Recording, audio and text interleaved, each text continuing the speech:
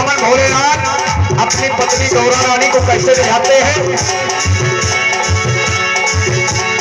गौरा को शिव जी रिझावते हैं, गौरा को शिव जी रिझावते हैं, डमरू बजाइए डमरू बज रही होगी।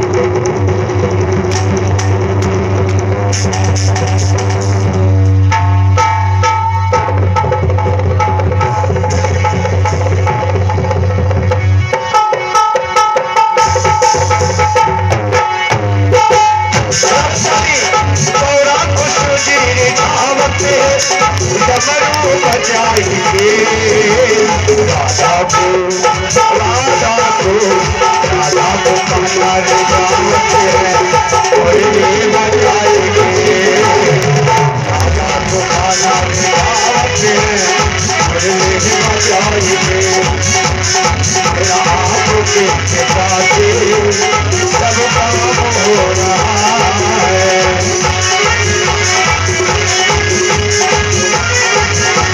करते हो तुम बतेरा, करते हो तुम बतेरा, तेरा नाम हो रहा है। भगवान को देखा सब काम हो रहा है, भगवान को देखा सब काम हो।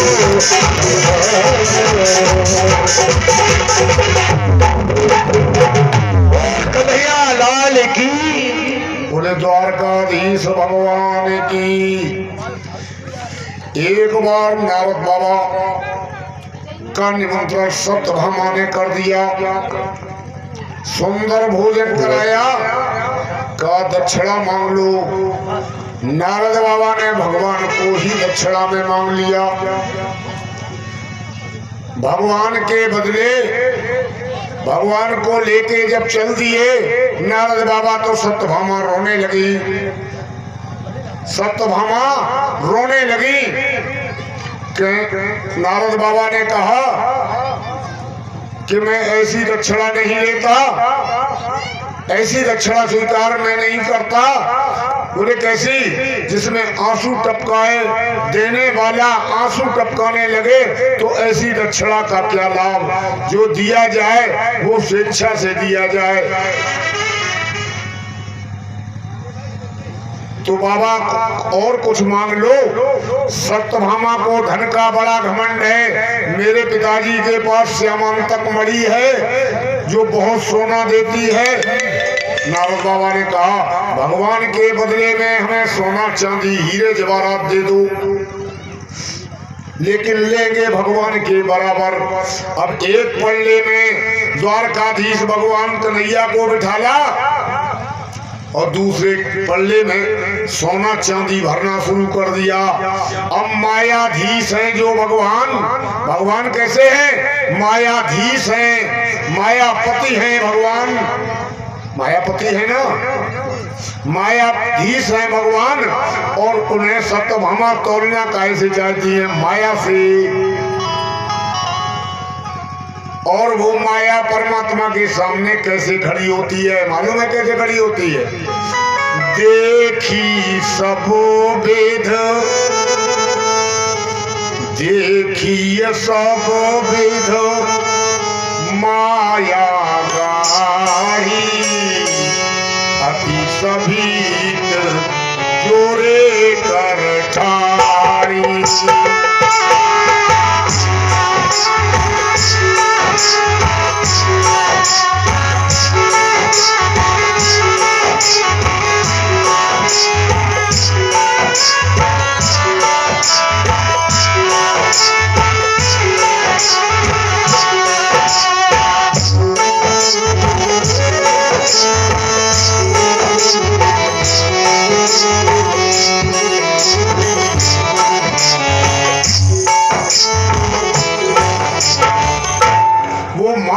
कहाँ तुलने वाले हैं। भगवान माया से नहीं प्राप्त होते हैं। भगवान तो प्रेम के भूखे हैं। भगवान प्रेम के भूखे हैं, माया से कहाँ तुलने वाले हैं।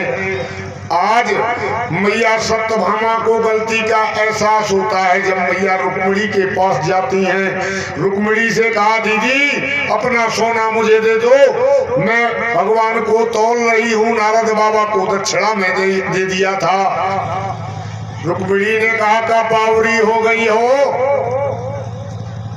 भगवान कहीं माया से तुलते हैं, माया से इन्हें नहीं तौला जा सकता है।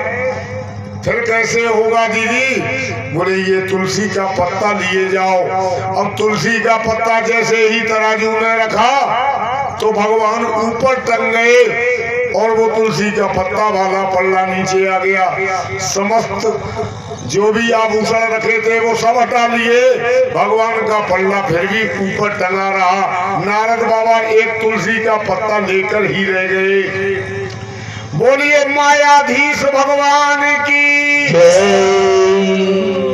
भगवान के परिवार में भगवान की 16,108 रानियां, महारानियां, पटरानियां, 8 पटरानियां, 100 महारानियां और 16,000 रानियां। ये सब की सब 10-10 पुत्र और एक बेटी की माता बनी।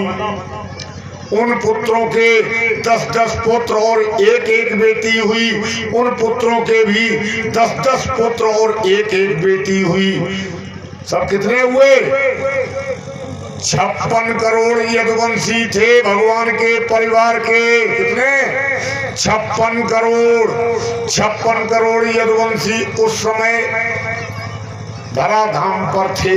इनको पढ़ाने के लिए 3,88,00,000 आचार लगाए गए।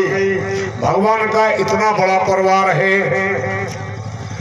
रुक्मिणी की बेटी चारुमती का विवाह कृतवर्मा के पुत्र बलि के साथ हुआ।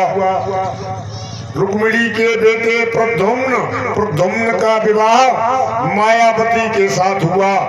इनको प्रद्युम्न को जब प्रद्युम्न 10 दिन के थे तो सम्रासुर ने इन्हें समुद्र में फेंकवा दिया था। समुद्र में मछली ने निगल लिया और मछली का पेट जब मछुआरे ने पकड़ी और मछुआरे ने ले जाकर मायावती को दी। मायावती ने मछली को बनाने के लिए जब पेट चीरा तो उसमें से एक पुत्र निकला जिसका नाम प्रद्युम्न।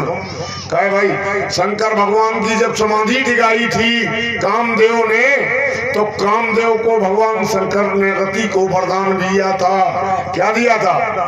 काम जारी रति कहूं वर दीना, कृपा सिंधु अति भल कीना। कृष्ण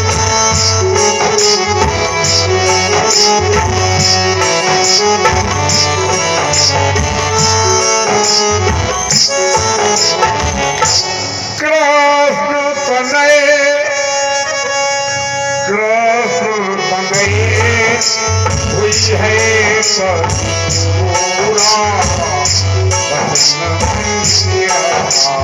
पूरा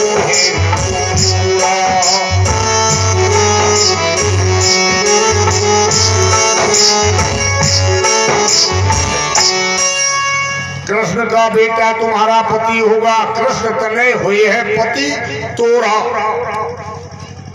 ये वरदान दिया था भगवान शंकर ने। आज कृष्ण भगवान के बेटे और मायावती जो है वो रति की अवतारणी है। भगवान के प्रद्युम्न का विवाह हुआ। प्रद्युम्न का दूसरा विवाह रुक्मी की बेटी रुक्मवती के साथ हुआ, जिसके अनिरुद्ध नाम का बेटा हुआ, जिसकी कथा हम आगे सुनाएंगे। उसका पहला विवाह रुक्मी की पौत्री रोचना से हुआ। रोचना के विवाह में चौसर खेलते समय बलदाऊ ने रुक्मी को मार दिया। जामवती के बेटे सांब का विवाह दुर्योधन की बेटी लक्ष्मणा के साथ हुआ था। और सबके विवाह तो नहीं गिनाए जा सकते, इतने यदुवंशी थे, सबके नहीं गिना सकते। ऊषा और अनिरुद्ध का विवाह प्रधान है। ऊषा और अनिरुद्ध के विवाह की ओर ले चलते हैं। बाण पुत्र सत ज्येष्ठ हो बनेगा से महात्मनः येन वामन रूपाय हरे अदाय वेदनी। जिस राजा बलि को भगवान ने वामन अवतार धर के बांधा था उसी का बेटा है बाण। क्या नाम है? बाणासुर। बाणासुर उसकी बेटी है उषा। और उषा ने एक दिन स्वप्न देखा। स्वप्न में अनिरुद्ध जी को देखा। अनिरुद्ध जी के साथ चौसर खेत का खेल खेलते हुए अपने आप को देखा। कहा बहुत सुंदर है, बहुत सुंदर है, बहुत सुंदर है। ऐसा कहते हुए सवेरे जागी। इसकी सहेली का नाम, इसकी सखी का नाम है चित्रलेखा। और चित्रलेखा चित्र बनाने में बड़ी निपुण है। किसी भी व्यक्ति का संसार में बिना देखे ही चित्र बना देती है। अब ये अपनी सुध-बुध जब स्वप्न टूटा तो अपनी सुध-बुध खो बैठी। कितना सुंदर था, कितना मनोरम था, अपनी सुध-बुध खो बैठी। उसी समय चित्रलेखा मिलने के लिए आ जाती है। पूछने लगी क्या हुआ, क्या हुआ? इसको अपने तन की सुध नहीं है। किसको? उषा को। अब इस तरह से अरे जब कंधा पकड़ के हिलाया चित्रलेखा ने, क्या हुआ तुझे? अरे बड़ा सुंदर था। क्या क्या सुंदर था? मैंने सपने में एक राजकुमार को देखा है जो बहुत ही सुंदर था। मैं विवाह करूंगी थी, उसी के साथ करूंगी। कहाँ का रहने वाला है मुझे भी बता। चित्रलेखा पूछने लगी। बोले ये मैं नहीं जानती, ये मैं नहीं जानती। तो बोले इसे ढूंढेगी कैसे? बोले तू मेरी सहेली है ना? बोले हाँ। संसार में किसी को भी बिना देखे ही चित्र बना सकती है? बोले हाँ बना सकती हूँ, बना सकती हूँ। तो बोले बनाना शुरू कर दे। आज ब्रह्मा की जितनी भी सृष्टि विस्तार का वर्णन करके आया हूँ। भागवत में किया था सृष्टि विस्तार का वर्णन।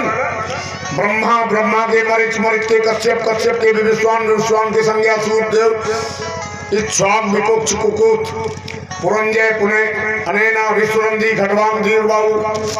और इस तरह से हरिश्चंद्र होते हुए जब राम जी का चित्र बनाया,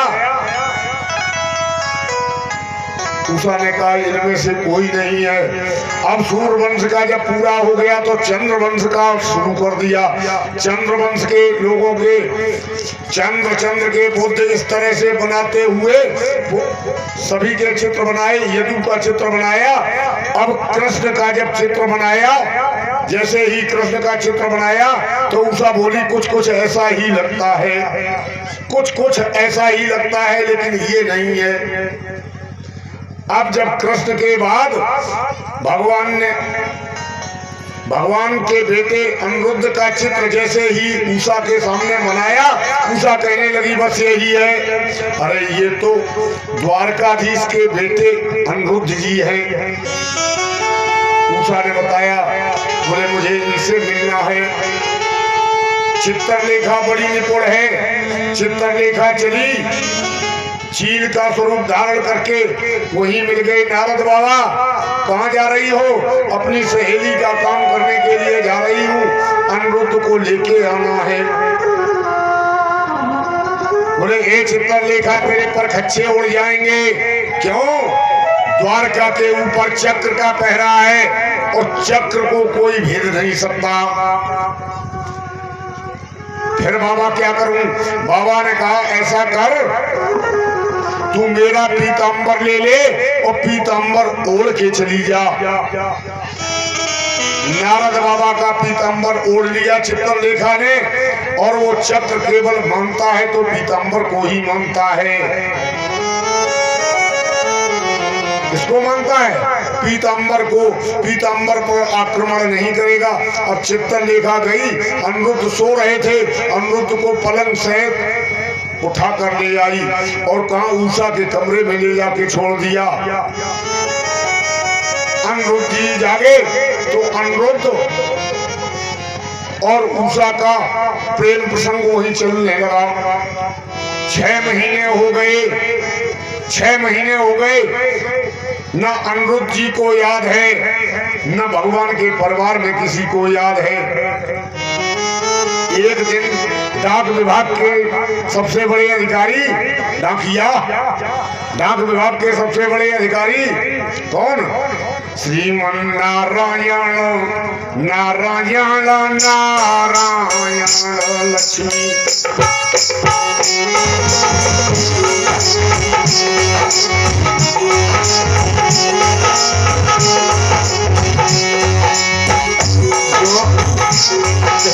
नारायण नारायण नारायण